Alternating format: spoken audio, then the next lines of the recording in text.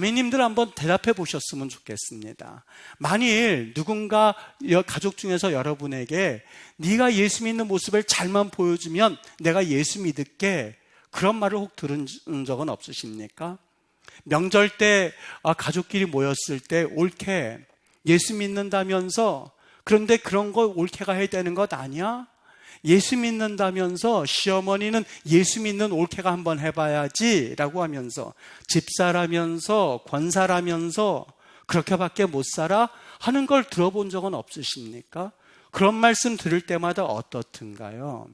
말만 하면 예수 믿잖아 그런 말이 두려워서 이제는 자신이 없어서, 내가 그렇게 살 용기가 없다 보니까 나 예수 믿습니다, 여러분도 예수 믿으십시오 라는 말을 사실 하기가 두렵지 않습니까? 정말 당신들 예수 믿으십시오 라는 말이 목에서 나오지만 그 말을 하면 그 다음 내가 감당해야 될 십자가가 얼마나 크고 얼마나 힘들다는 것을 알기 때문에 꾹꾹 눌러 참을 때가 있지 않습니까?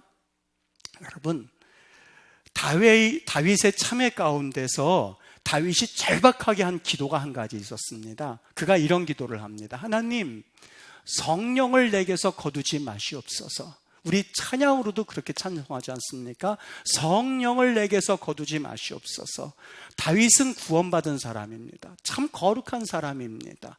정말 그는 인내하는 사람이었었고 정말 훌륭한 신앙인이었습니다. 그런데 자기도 모를 그 이유 때문에 그 사울이 미워하고 죽이려고 하는 사실이 견딜 수가 없었습니다. 그런데 어느 날 기회가 왔었던 거예요. 자기 앞에서 그 자기를 죽이려고 하는 사울이 곤히 잠을 자고 있는 것을 보고 너무나 좋은 기회가 왔어요. 사람이라면 어떤 마음을 품겠습니까? 저 보호 본능 때문에 나를 죽이려고 하는 저 사울을 그냥 없애는 것이 최선의 방법 아니겠습니까? 여러분, 그때 그가 어떤 기도를 했는지 아십니까? 정말 자기의 욕심을 따라서 살 수밖에 없는 상황 가운데에서, 정말 자기의 소욕대로 살 수밖에 없는 상황에서 했었던 기도가, 하나님, 내게서 성령을 거두지 마시옵소서. 다른 말로 말하면 내가 그리스도인의 삶을 살기를 원하오니 하나님 성령의 충만함을 주시옵소서. 내 뜻과 내 의지로는 구원받았다고는 하지만 자꾸 죄악을 행하려고 하는 이 죄악에 대하여서 하나님이 은혜를 주셔서 하나님의 뜻대로 살 수 있도록 도와주시옵소서 라고 하는 것이 내게 성령을 거두지 마시옵소서 라고 하는 기도였습니다. 여러분, 우리의 문제는 왜 여러분이 예수 믿지 않느냐가 아닙니다. 왜 여러분이 부활의 은혜를 믿지 않습니까? 라는 그런 문제가 아닙니다.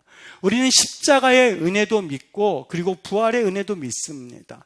예수님이 곧 재림하실 것도 믿습니다. 그리고 우리는 죽으면 천국 갈 것도 믿습니다. 그런데 시간이 가면 갈수록 이것이 흐릿해진다는 사실에 문제가 있습니다. 사실 우리는 구원을 받았다고는 하지만 어느 사이인가 모르게 나 정말 구원받았나? 라고 하는 그런 의심이 스스로 들 때가 있습니다. 왜 그런지 아십니까? 순수하지만 이 순수함을 지킬 수 있는 능력도 없을 뿐만이 아니라 마귀가 와서 자꾸만 그 순수함을 더럽히기 때문에 성령이 오셔서 구원하신 그 기쁨을 빼앗아감으로써 우리는 나는 구원받았니조차 잊고 사는 그런 경우에 해당이 됩니다. 여기 바울이 그러지 않습니까? 너희가 믿을 때에 성령을 받았느냐.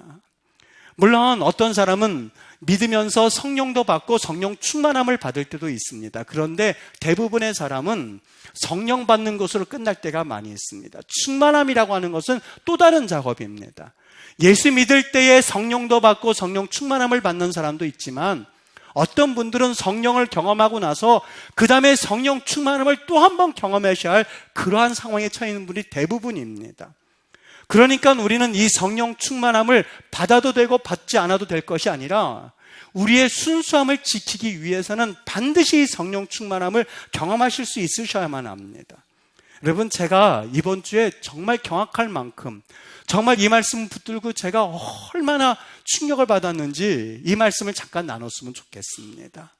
정말 하나님께서 말씀을 주실 때에 온몸이 부들부들 떨린다라는 말이 생각날 만큼 주셨던 말씀인데 사도행전 2장 42절 말씀이었습니다. 뭐냐면 그들이 사도의 가르침을 받아서 서로 교제하고 떡을 떼며 오로지 기도하기를 힘썼다. 힘쓰니라 그렇게 되어 있습니다. 다 잘 알고 있는 말씀이죠. 성령의 충만함을 경험하고 나서, 그들이 은혜를 경험하고 나서 방언도 터지고, 그들이 성령의 은혜를 경험하고 나서 그들이 했었던 것은 가르침을 받았습니다. 서로 교제했습니다. 떡을 뗐습니다. 그리고 기도했습니다. 그런데 기도하기를 힘쓰니라, 저는 힘썼구나 그렇게 이해를 했습니다. 그런데 여기 헬라어 원문에 프로스카르테오라고 되어 있습니다. 이 말의 의미는요, 단순히 힘썼다의 강조점이 있는 것이 아니라 계속되란 말이 강조되어 있는 표현이에요. 그러니까 그날 힘썼던 것은 이해가 되는데 그 다음날 어떻게 됐는지 아십니까? 성경이 그것을 말씀해 주기를 원했던 거예요. 그날 힘썼는데 그 다음날은 더욱 힘썼었고, 그 다음날은 더더욱 힘을 썼고, 그 일들이 한 달이 지속이 됐고 1년이 지속이 됐고, 언제까지요? 천국 갈 때까지 그들이 죽을 힘을 다해서 사력을 다했다라는 말이 바로 이 말씀의 의미였었던 거예요. 제가 이 말씀을 한 주간 경험하고 이것을 깨닫고 나서는 하나님 앞에 얼마나 회개가 터졌는지 모릅니다. 어떤 사람들은 말하기를 어떻게 매일같이 기도하고 어떻게 하나님 앞에 엎드릴 수 있습니까? 초대 사도의 사람들은 그렇게 살았다는 거예요. 떡을 떼며 기도하기를 정말 계속해서 오늘도 했고 내일도 했고 내일 모레도 했고, 이것이 바로 하나님 앞에 성령 충만 받는 사람들의 삶이었다고 하는 것을 우리에게 보여주고 있었고, 초대교회가 될 수밖에 없었던 이유가 바로 여기에 있었던 거예요. 하나님이 한 주간 동안에 이들의 삶을 마치 영화처럼 그 한 말씀에서 보여주시는데 정말 하나님 앞에 회개가 터졌습니다. 정말 이 말씀을 듣고 죽어도 좋다고 생각할 만큼 하나님 앞에서 혼자서 얼마나 이 말씀에 감격이 됐는지 모릅니다. 여러분, 초대교회의 사람들, 초대교회의 삶의 모습이 이랬습니다. 그들이 핍박 가운데서 왜 살아났냐고요? 그들이 사자가 물어뜯는 그 엄청난 시련 앞에서 어떻게 살아났느냐고요? 그들이 강해서였다고 생각이 되어지십니까? 그들이 어떤 능력이 있고 의지가 강해서였다고 생각이 되어지십니까? 여러분, 아이를 낳는 엄마가 사자가 몰려올 때 무섭지 않고 두렵지 않다는 것은 거짓말입니다. 그럴 수가 없습니다. 남편이 이혼하자고 그러고 자녀들이 속을 썩이고 몸은 아프고 그 여러 가지 문제 가운데 있는데 두렵고 떨리지 않다는 것은 거짓말입니다. 그럴 수가 없습니다. 그런데 한 가지, 성령이 우리에게 임하시게 되면 그 두려움 가운데서 우리에게 평안을 주시는 것을 느낄 수 있는 것이 바로 성령 충만의 역사이고, 바로 그러한 은혜를 입었기에 그들이 초대교회의 그 어려운 핍박을 이겨나갈 수가 있었던 거죠. 이 자살 고위험군에 속했었던 아이가 있었습니다. 4살 때 부모님이 이혼을 해가지고 이 충격으로 인해서 이 아이가 그냥 나름대로 이 정신적 힘든 가운데 있었던 거죠. 아빠 혼자서 키우는데 이것이 얼마나 어렵겠습니까? 그런데 남자들 혼자 사는 게 다 그렇죠. 이 아빠가 혼자 살다 보니까 음란함에 빠졌던 거예요. 항상 여인들과 밤만 되면 컴퓨터로 채팅하고 그렇게 살아가는데 이 아이가 성장하면서 그걸 모르겠습니까? 아빠의 모습을 보면서 엄마는 없지, 아빠는 이렇게 음란함에 빠져서 자식을 돌보지도 않고 아빠 역할을 하지 못하지. 그러니까 이 아이가 사람 뭐하나 죽었으면 좋겠다 하는 생각이 들더랍니다. 그러니까 자살 고위험군에 속했던 아이였었어요. 그런데 참 하나님의 은혜이죠. 어떤 마음이 들었는지 이 아빠가 그런 생활 속에 있다가 자기의 자녀를 보니까 이 아이가 잘못하면 죽을 수 있다는 걸 느꼈던 모양이에요. 그래서 자기가 예전에 나갔었던 그 교회에 대한 어떤 마음이 있어서 이 아이를 교회로 데려갔다고 합니다. 그런데 참 감사한 것은 이 아이가 교회에 착 도착하자마자 정말 목사님의 그 말씀이 꿀송이처럼 달면서 그것이 들려지기 시작하더랍니다. 그것이 귀에 쏙쏙 들어오기 시작하더랍니다. 예수님이 나를 위해서 십자가에 못 박혀 죽으셨다고, 엄마도 날 버리고 떠났고 아버지도 날 버리고 지금 저렇게 되어 있는데 예수님이란 분이 날 사랑한다고 하는 말이 막 들려오기 시작하더랍니다. 여러분, 정말 나에게 복을 주시옵소서 하는데 진정한 복이라고 하는 것은 심령이 가난한 자가 복되도다 성경에서 말씀했거든요. 하나님의 말씀이 증거되어질 때에 탁탁 튕겨지지 아니하고 그 말씀이 귀에 쏙쏙 들어오기 시작하고 내 마음 가운데 그것이 믿어져서 심령 가운데 하나님이 역사하기 시작하는 것이 바로 복이라는 것을 믿으시기를 바랍니다. 강남에 있는 어떤 자녀들은 교회에 한 번 올 때마다 부모님이 10만 원씩을 줘야 오는 자녀들이 있다고 합니다. 청바지를 사주어야만 오는 친구들이 있다고 합니다. 부모님이 엘리트들이고 그리고 아무 근심 걱정 없으니 그냥 공부하고 모든 것이 채워지다 보니까 그렇게 큰 갈급함이 없는 거예요.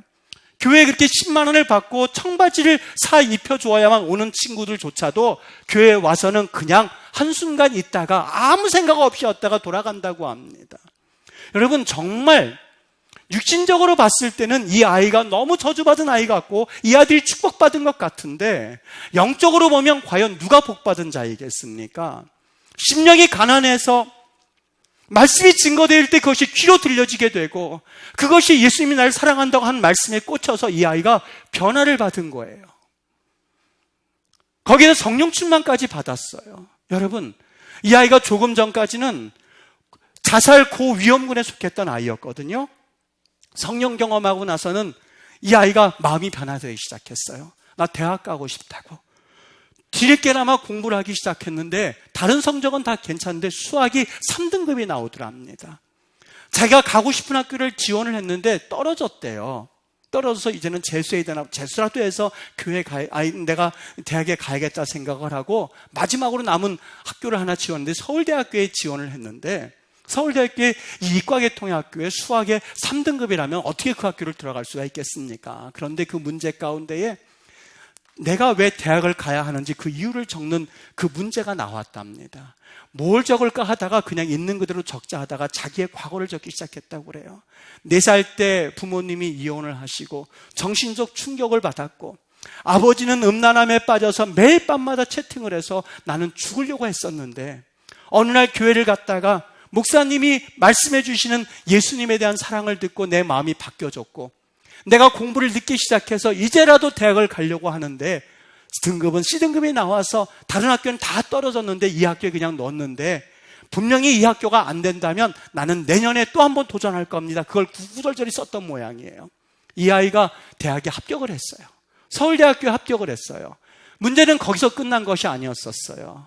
이 아이가 학교에 가더니만 자기 선생님, 교수님을 전도하기 시작했어요. 그리고 자기 동급생 아이들 전도하기 시작했어요. 예수님을 전하는 그런 은혜를 이 아이가 받더랍니다. 여러분 어떻습니까? 우리가 살아가면서 크리스찬으로 살아가는 것, 구원받음으로 만족하는 것은 물론 나는 그것만으로 만족한다라고 생각할지 모르겠지만 자전거는 달려가지 않으면 서 있는 상태는 쓰러지기 마련입니다. 그리스도인은 계속해서 그리스도인다운 삶을 살아야 되는데 이것은 성령의 충만함을 경험하지 않고서는 절대 살아갈 수가 없습니다. 조금 전에 그 며느리가 무서워서 예수 믿으세요, 날 권사예요, 집사예요 라는 말을 하지 못했던 것처럼 성령 충만을 경험하지 않고서는 나 예수 믿어야 하는 것을 드러낼 수가 없습니다. 갈라디아서 5장 16절 이렇게 말합니다. 너희는 성령을 따라 행하라. 과거 개혁 성경에는 너희가 성령을 쫓아 행하라라고 되어 있습니다. 너희가 성령을 따라 행하라. 그것은 성령 충만하라예요. 그리하면 어떤 일이 벌어지는지 성경에서 말씀하고 있죠. 그러면 너희가 육체의 욕심을 이루지 아니하리라라고 되어 있어요. 성령을 따라 행하라. 성령의 충만함을 따라 행하라. 그러면 육체의 욕심을 이루지 않는다고요. 어느 날 이 세상에 끊기 힘든 중독이 이 도박 중독이라고 합니다. 도박 중독은 그렇게 끊기가 힘들다고 합니다. 술, 담배는 끊어도 이 도박은 절대 끊을 수 없답니다. 근데 이 도박병 때문에 집을 탕진하고 집안이 조용할 날이 없는데 이젠 그만둬야지 수없이 반복하다가도 이 도박 친구들이 한 번만 하자 그러면 그냥 빠져들기 마련이더랍니다. 어느 날 교회에서 예배를 드리는 가운데 이분이 은혜를 받은 거예요. 성령의 충만한 은혜를 경험한 거예요. 그리고 결단했답니다. 나 이제 도박하지 말아야지. 그리고 그걸 아내한테 말한 거예요. 아내가 믿을까요? 안 믿을까요? 안 믿었어요. 아이고, 제가 뭐 험한 말 하진 그렇겠지만 저 사람 매번 하던 말이야. 저걸 또 누가 믿어? 아유, 네가라고 해서 네가 도박을 끊으면 내 손에 장을 지지. 그 얘기를 했는데요. 웬만한 사람 같으면 여러분 이거 화나는 얘기 아니겠습니까? 그래도 내가 은혜를 받고 도박을 끊는다는데 이 아내조차 인정해 주지 않으니까 너무나 화가 났어야 되는데 그 말을 듣는데 왠지 마음이 평안하더래요. 여러분, 이게 믿어지십니까? 이게 성령 충만입니다. 다른 사람이 나에게 이러한 비아냥거림을 했을 때에 정말 그것이 믿어지는 것뿐만이 아니라 그냥 마음이 평안하더랍니다. 어느 날 이 도박 친구들이 오늘 마지막이니까 오늘 한 번만 하고 가. 그런 다른 날 같으면은 매번 여기에 넘어갔는데 이 친구가 그런 말을 하는데 전혀 요동이 안 되더랍니다. 나 이제는 도박 안 해. 이젠 도박 안 해. 그냥 돌아가라고. 너무너무 자랑스러웠죠. 도박을 끊고 나서 친구들과 어울리다가 집에 늦게 들어간 모양이에요. 아내가 그러더랍니다. 그러면 그렇지, 너 또 도박했지? 너 도박했지? 막 퍼부어대는데 다른 때 같았으면 그래도 도박을 안 하고 온 게 어디예요? 너 왜 나를 못 믿어가면서 난리를 쳤어야만 했었는데 이 남편이 너 또 도박했지 하는 말에 싱긋이 웃음이 나오더랍니다. 마음에 평안이 있기 시작하더랍니다. 그리고 하나님이 나를 용서해 주셨고 나 같은 놈을 하나님께서 붙잡아 주셨는데 하는 평안과 은혜로 인하여서 이 도박 중독자가 도박을 끊었다고 합니다. 여러분, 삶을 살아가는 것이 하나님의 능력, 이는 힘으로 되지 아니하고 이는 능으로 되지 아니하고 오직 여호와의 신으로 된다고 하는데 오늘 우리가 살아가면서 그리스도인다운 삶을 살지 못하는 이유가 왜 그런지 이제는 이해가 되시겠습니까? 예수를 성령의 은혜로 인해서 구원은 받았지만 마귀가 자꾸 거기에 덧칠을 합니다. 죄악 가운데 덧칠을 해서 네가 무슨 구원을 받아? 너 같은 사람이 무슨 구원을 받아? 아니요, 그렇지 않습니다. 성령 받은 사건은 이례적 사건입니다. 구원받은 사람은 그 구원의 은혜가 있는 사람이에요. 단지 나는 과거에 성령 받은 걸 잊어버렸는데 잊어버렸죠. 왜요? 마귀 때문에 그렇습니다. 마귀가 자꾸 우리에게 그것을 잊어버리게 합니다. 그런데 다시 한번 오늘 그들이 기도하기를 힘쓰니라라고 말했던 것처럼 기도하고 성령 충만 받기 위해서 애를 써야만 합니다. 때가 한번 끼면 때를 벗기기 위해서 노력을 해야 되는 것처럼 처음 예수를 믿을 때 성령 충만까지 받았다면 그나마 쉬울 텐데 그 깨끗함 위에 마귀가 하나 나가면 7마귀가 들어온다고 했는데 거기에 때가 껴지고 때가 껴지고 때가 껴지면 처음 예수 믿을 때보다 더 성령 충만 받기가 결코 쉽지는 않습니다. 익숙하기 때문에 그래요. 그냥 신앙생활 그렇게 하는 것이 맞는가 보다 익숙하기 때문에 그래요. 그러나 그렇지 않습니다. 여러분, 우리 튀어 올라와야만 합니다. 마치 개구리가 뜨거운 물이 있을 때에 튀어 올라와야 사는 것처럼 우리 익숙함에 절대 젖어서는 안 됩니다. 어떻게 해요? 밤마다 기도해야만 합니다. 어떻게 해요? 은혜를 경험하지 못해도 새벽마다 은혜 주실 것을 다시 한번 기대하며 하나님, 나에게 은혜 주십시오. 은혜 주십시오. 때를 얻든지 못 얻든지 하나님 앞에 구하면서 기도하실 수 있으셔야만 합니다. 이것이 바로 그리스도인의 삶입니다. 그래서 성령 체험이라고 하는 것은, 성령의 충만함이라고 하는 것은 단순히 방언하고 그리고 단순히 어떤 예언을 하고 그리고 내가 어떤 환상을 보고 하는 것도 물론 그것도 성령 충만의 하나의 줄이긴 합니다만 성령의 충만함은 이것을 뛰어넘습니다. 내가 성령의 충만함을 받았느냐라고 하는 것은 조금 아까 도박 중독자의 모습과 똑같습니다. 내가 과연 이 아내가 이러한 이야기를 할 때에 정말 그 마음에 평안함이 있고 그 여러 가지 시험을 넘어갈 수 있는 힘이 있을 때 그 사람은 성령 충만이 임했구나 하는 것을 느낄 수가 있는 것이지요. 우리 삶 가운데에 내가 용서하지 못할 사람을 용서하고 있습니까? 성령 충만한 사람입니다.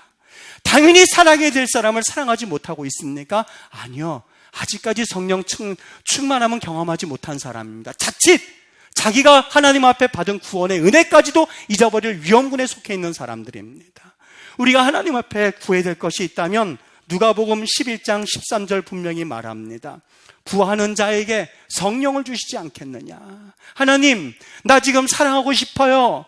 하나님, 나 지금 용서하고 싶어요. 하나님, 도박 끊고 싶어요. 하나님, 여자관계 정리하고 싶어요. 하나님, 남자관계 정리하고 싶어요. 하나님, 내게 있어서 나쁜 버릇 정리하고 싶어요 하는 구하는 사람에게 떡을 달라고 하는데 돌을 줄 부모가 어디 있느냐. 생선을 달라고 하는데 뱀을 줄 부모가 어디 있느냐? 구하는 이에게 성령을 선물로 주시지 않겠느냐라고 말씀을 하고 있습니다. 하나님의 뜻대로 살려고 하고 하나님 말씀대로 살려고 하는 사람들에게 우리 하나님께서 성령을 예비해 놓으셨는데 그 성령을 반드시 받으셔야만 합니다. 충만함을 경험해야만 합니다. 안 받아도 되는 것 아니겠습니까? 아니요. 안 받으면 신앙생활하는 것이 불가능합니다. 자꾸 여러분, 개가 앞으로 걸어가려고 하는데 자꾸 왼편으로 걸어가는 이치와 똑같습니다. 우리의 의지는 죄성을 가지고 태어난 사람들이기 때문에 하나님 앞에 이 죄성은 버릴 수가 없습니다. 순간마다 성령의 체험을 경험하고 성령의 은혜를 경험하고 충만함을 경험하여서 그때마다 이기고 나가셔야만 합니다. 그들이 어떻게 했던 것처럼 힘썼던 것처럼 계속해서 힘썼던 것처럼 계속해서 오늘도 그랬고 내일도 그랬고 언제까지요? 우리가 천국에 들림받는 그날까지 계속해서 아침마다 기도하고 밤마다 기도하고 하나님 앞에 엎드리고 하나님, 내가 아무것도 못하는 그런 죄된 자입니다는 것을 인정하고 그리고 내 행위로서가 아니라 오직 여호와의 힘으로 됩니다는 것을 우리 하나님께서 내게 깨닫게 해주는 그날까지 계속해서 그래야만 가능한 것이 이 신앙생활입니다. 그래서 구원은 은혜로 받았지만 성령 체험의 순간도 은혜이긴 합니다만 하나님 앞에 구하고 엎드리고 두들기고 그리고 하나님을 찾고 그리고 하나님 앞에 간절히 구할 때에 우리 하나님께서 그것을 선물로 주시는 것, 이것을 일컬어서 은혜라고 말합니다. 야고보서 4장 2절에 말합니다. 너희가 얻지 못하면 구하지 못하기 때문이라고요. 너희가 얻지 못하면 구하지 않았기 때문이라고요. 여러분, 우리 성령의 은혜를 달라고 그리고 성령의 충만함을 달라고 하나님 앞에 구해야 되지 않겠습니까? 비꽃 속에 개구리가 될 수는 없는 것 아니겠습니까? 목회자라도 깨어 있어야 되고 장로님들이라도 깨어 있어야 되고 권사님들만이라도 깨어 있어야 되고 집사님들만이라도 깨어 있어야 되고 아니 대한민국의 임마누엘 교회라도 깨어 있어야 되고 아니 대한민국이 다 음란공학이 된다 할지라도 교회만큼은 깨어 있어야 될 텐데 비꽃 속에 개구리가 되어서 넘어져가고 있는 이때에 이 말이 얼마만큼 여러분들 가슴을 두들길지는 모르겠습니다만 기도합니다. 일주일 내내 이 말씀이 여러분들을 괴롭혔으면 좋겠고 여러분들의 양심에 정말 화살과 같은 하나님의 능력으로서 다가갔으면 좋겠고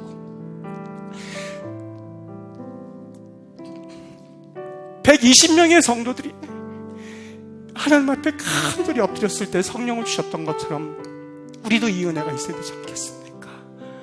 우리 대한민국이 하나님 앞에 복음화되는 그날까지 아니 전 세계가 모든 제자들에게 제자를 삼아서 아버지와 아들과 성령의 이름으로 세례를 주라는 그 말씀이 완벽하게 이루어질 때까지 하나님 앞에 끼어있는 당신의 거룩한 백성들이 주님 앞에 엎드릴 수 있게 되기를, 그래서 하나님의 나라가 이 땅에 임하는 거룩한 축복의 통로가 될 수 있기를 예수님의 이름으로 간절히 축복합니다.